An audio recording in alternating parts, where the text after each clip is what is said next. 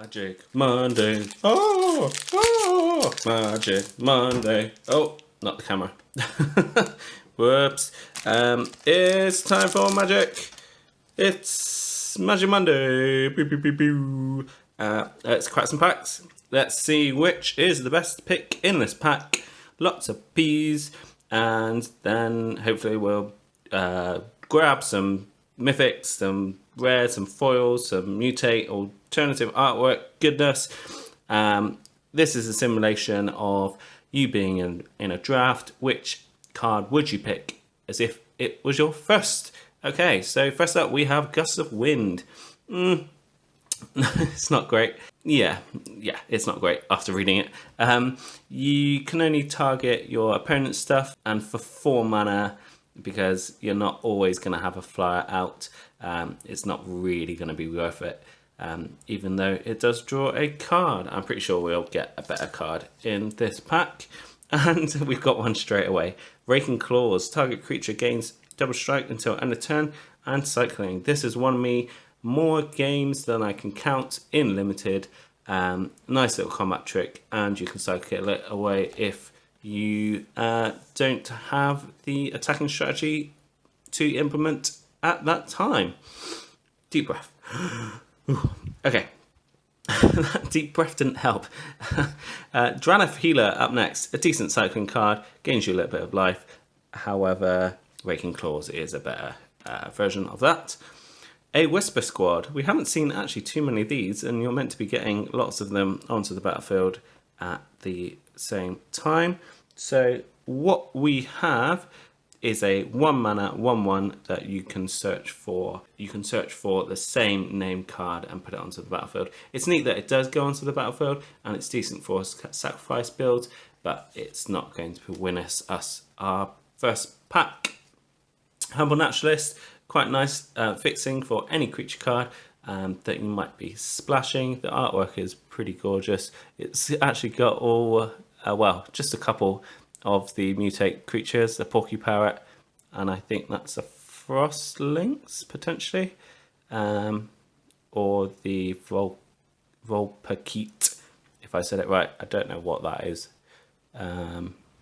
Who knows? Anyway, it's a good card. Probably not as good as Raking Claws.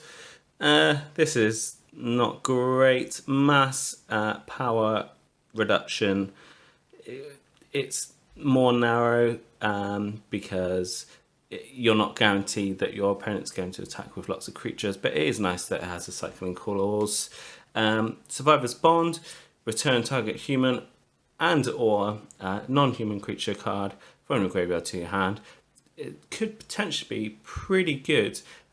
Just 2 mana to get 2 cards back from your graveyard, but you need to make sure you have both of the relevant creature types. Not too bad. And here it is, the Vulperket. I do actually like this card. A nice little mutate enabler, and each time you do mutate, on top of it, you get an additional +1/+1 on top of the flying. Aegis Turtle, nice little early blocker. Not as good as the other cards though, unfortunately. So we have our uncommons. Blitz of the Thunderraptor. That's Vadrock, I believe. Deals. Almost showed our rare without knowing, but we do have a lovely flame spell. In fact, I'm just going to move on to flame spell. It's okay. It doesn't work as you want it as many times as you want it to. So flame spell. This is a functional reprint of Super Duper Death Ray from the Unstable set. Deals 4 damage to target creature. Excess damage is dealt to that creature's controller instead. It's a neat ability. And say you did that on what can we choose? The healer. It will deal 2 damage to the healer and then 2 damage to the player's face, which is quite nice. Always good to use that extra excess damage on a burn spell. Next up, we have Alert Heedbonder. This is pretty nice, and especially considering it's your end step, you are guaranteed to gain yourself a life at the end of the turn. Once you play this, then it scales nicely with other vigilance creatures you might have, Yeah, it's quite nice. Not too bad. And the hybrid mana makes it easier to cast. Onto our rare. Okay, we have our first pick. Aluna, Apex of Wishes. Look at that. Flying, trample, 6/6 for 5. Or if you pay 6 mana, you can mutate it, and its mutate trigger is exile cards from the top of your library until you exile a non-land permanent card. Put that card onto the battlefield or put it into your hand. I like the choice that if it's a mutate creature, you can keep it in your hands and then choose to have it do its mutate ability the next turn or the next spell that you cast, because if you just put it onto the battlefield, it's not being cast as a mutate.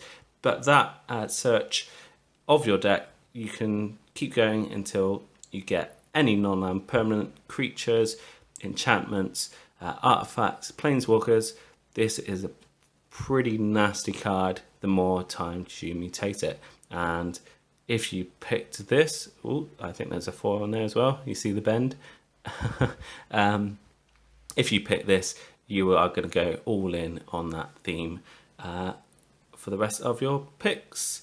Ooh, nice. A little mountain. Good stuff. Foily mountain. Foily. Okay, so yeah, we've got our first pick. There's some decent cards in there, but you can't really pass up one of the better mutate Apex monsters. Yeah, you're going to be happy if you pick this in your first pack. That's all from me, from Homebrew MTG. Until the next time, cheers.